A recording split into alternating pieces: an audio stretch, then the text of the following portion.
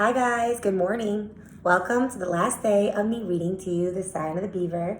Today is the last day, woohoo, and then we'll be done. But before we do, like I promised yesterday, I will go over with you that list, the who is that. So if you could go ahead, take out your packet, turn to that page, and I will go over the answers with you. So while you're taking it out, I'm just going to go over the directions with you, and then we'll start. So it says, who is that? Either write Matt, a teen, or both on the lines before the statement.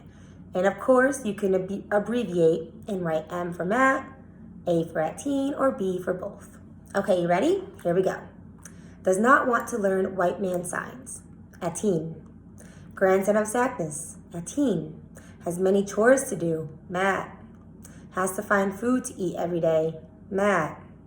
Hates the white culture and wants and what it stands for. At teen. Knows all about hunting and fishing in nature. At teen. Learns about the wilderness from the Indians. Matt. Learns from looking around the Indian village. Matt. Learns to use things in the forest and make what he needs. Both. Learns to understand white people and their ways. At teen. Left alone to guard the cabin. Matt. Loyal to culture and tradition. Both. Makes a treaty to teach Indian boy how to read. Matt. Must cook for himself. Matt. Parents were killed by a white man. At teen. Refuses to do women's work. At teen. And finally, wants to be a mighty hunter. At teen. Okay. You guys ready? Here we go. Please open up to chapter 25, page 130. Ready? Let's go. 3 days later, snow threatened again, and Matt gathered a pile of firewood to dry inside. He had just carried in his third armful when he heard the dog barking frantically a short distance away. Matt found him standing on the bank of the creek, his feet braced, the ridge of hair standing up along his back. Peering along the creek, Matt caught his breath. Something dark was moving along the frozen course of the stream. A huge shape, too large to be an animal, even a moose. Then he saw it was a man, dragging behind him some sort of sled. He didn't move like an Indian. As he watched, Matt made out a second, smaller shape just coming into sight around the bend of the creek. He did not dare to shout for fear they would vanish like ghosts. He stood still, his heart pounding, and finally he began to run. "Pa!" he choked. "Pa!" His voice flung down the pack he carried. His arms went around Matt and held fast, though he could not manage to speak a word. Then Matt saw his mother struggling to climb down from the sled. He bent and threw his arms around her. How small she seemed, even under the heavy cloak.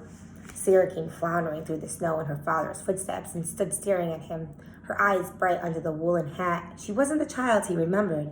Awkwardly, he put his arms around her and gave her a hug. Then they were all talking at once, trying to be heard over the fierce clamor of the dog. "Quiet!" Matt shouted at him. "This is my family. They've come. They're actually here." They pushed their way through the snow to the cabin, leaving the sled where it stood in the middle of the ice. Matt helped his mother over the doorstep. He could see she was scarcely able to stand, and he pulled a stool near the fire for her. She clung to him, her eyes on his face. Matt would hardly have recognized her, so thin and pale, with great shadows under her eyes. But those eyes were warm and shining, and her smile was as beautiful as he had remembered. "I was bound we'd get here for Christmas," she panted. "I couldn't have bore it to let Christmas go by. Oh, Matt, you're safe." "It was a typhus," his father explained. "We all took sick with it, and the fever was bad. It takes all the strength out of your body. Your mom took the worst. We ought to have waited longer till she was more fit, but she was dead set on starting. The river is most frozen shut. We had to wait at the trading post 3 weeks before anyone would risk carrying us. Then we had to get the sled made. But your ma, she kept pushing at us. She's a rare one, your ma." "I had to," she said, "thinking of you alone in this place." "It wasn't too bad," Matt said stoutly. "I wasn't alone all the time. I had the Indians." "Indians?" his mother gasped. "Are there Indians hereabouts?" "Pa said there wouldn't be," Sarah exclaimed, wide-eyed. "What are they like?" "They're gone now," Matt said. "But they were my friends."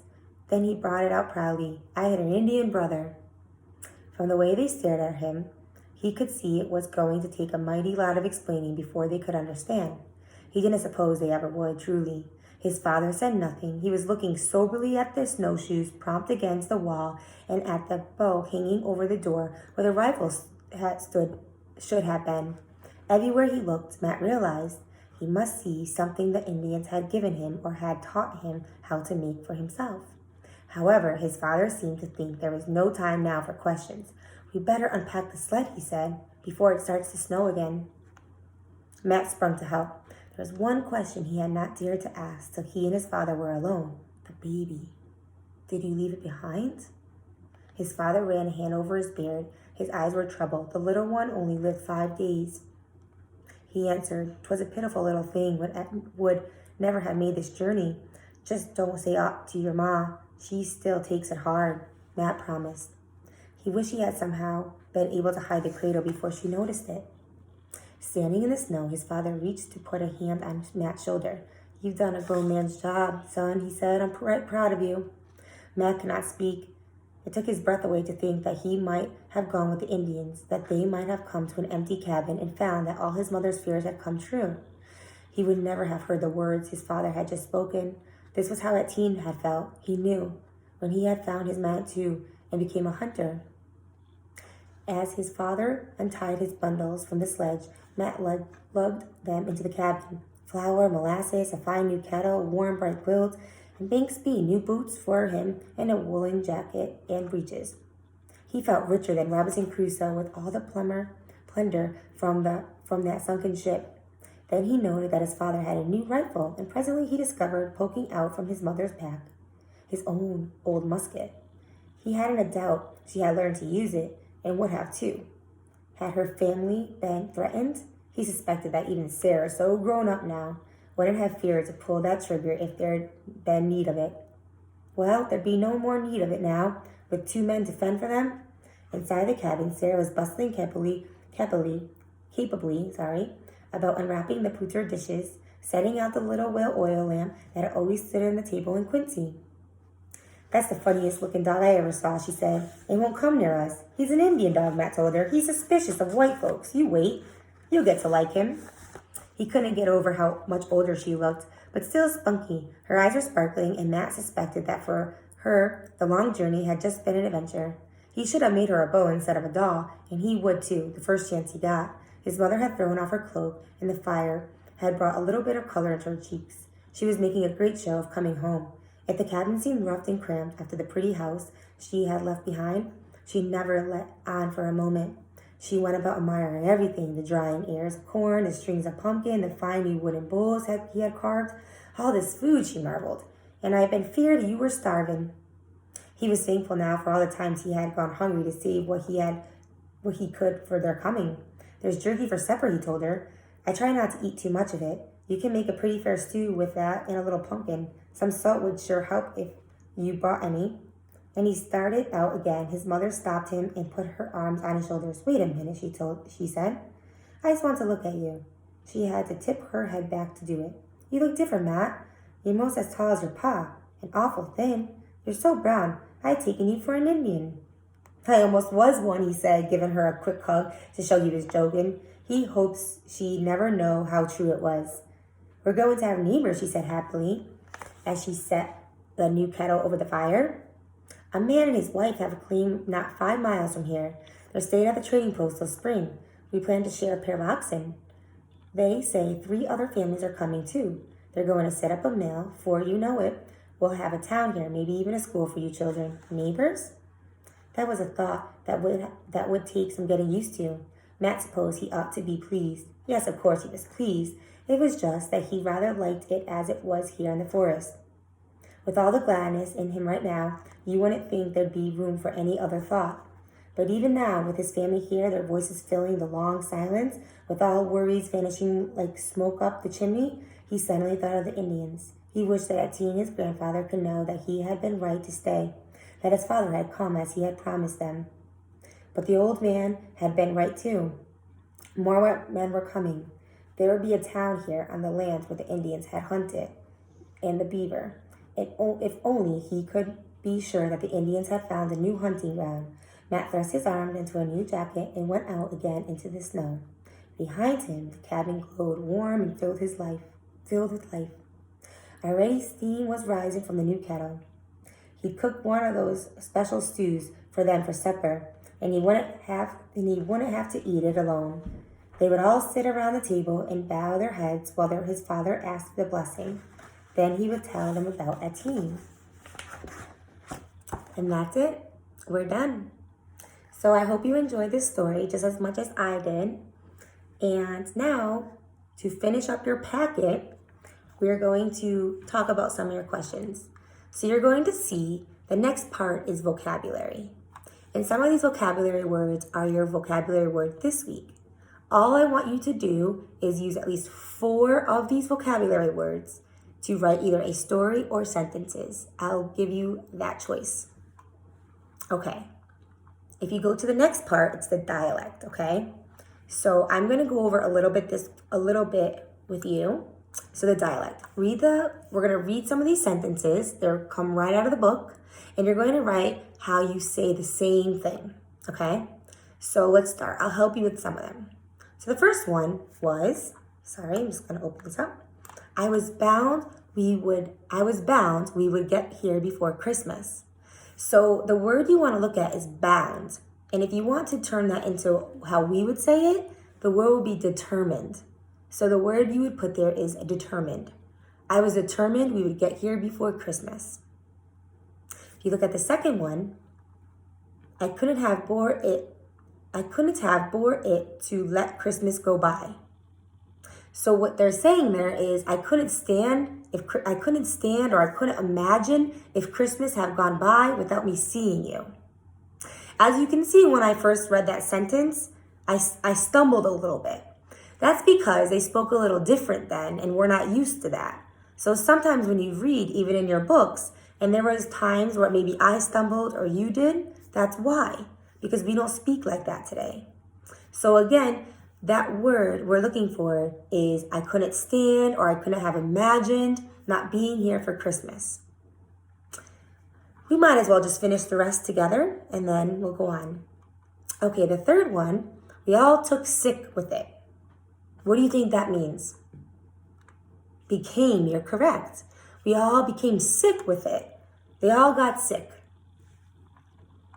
The next one, we ought to have waited long, but she was dead set on starting. So really that should be, or we would say, the word ought would stand for should. They should have waited longer, but she was determined on starting. That's what we would say.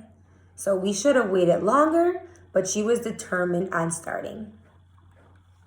The next one, just don't say ought to your mom. That means anything. Just don't say anything to your mom. I'm right proud of you. We would say, I'm very proud of you. And finally, and I feared you were starving. We would say, they said, and I've been feared that you were starving. We would say, and I've been afraid you were starving. So you see just the little dialect, how it's different than how we would say it today.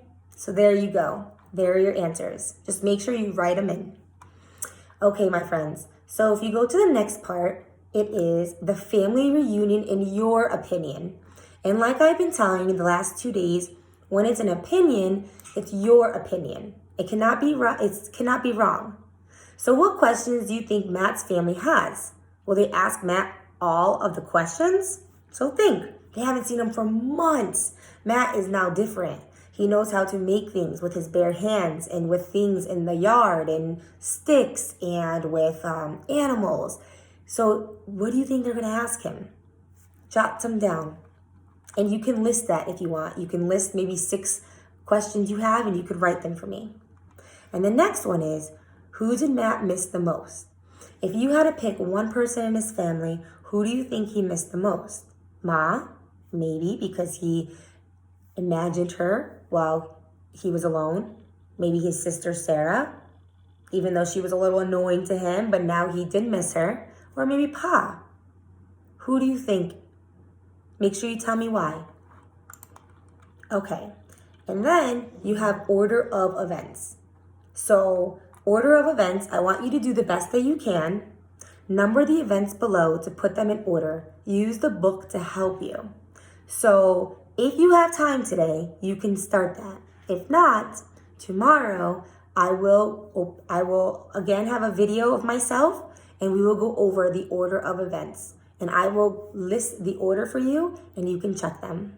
Okay? Well, that being said, I do really hope you enjoyed the book. Next week, you guys are going to get to watch the video. I'm going to post it for you, or I'm going to put it on YouTube. And then you guys are going to get to watch it. And then you're going to get to start writing a paper comparing the book and the movie.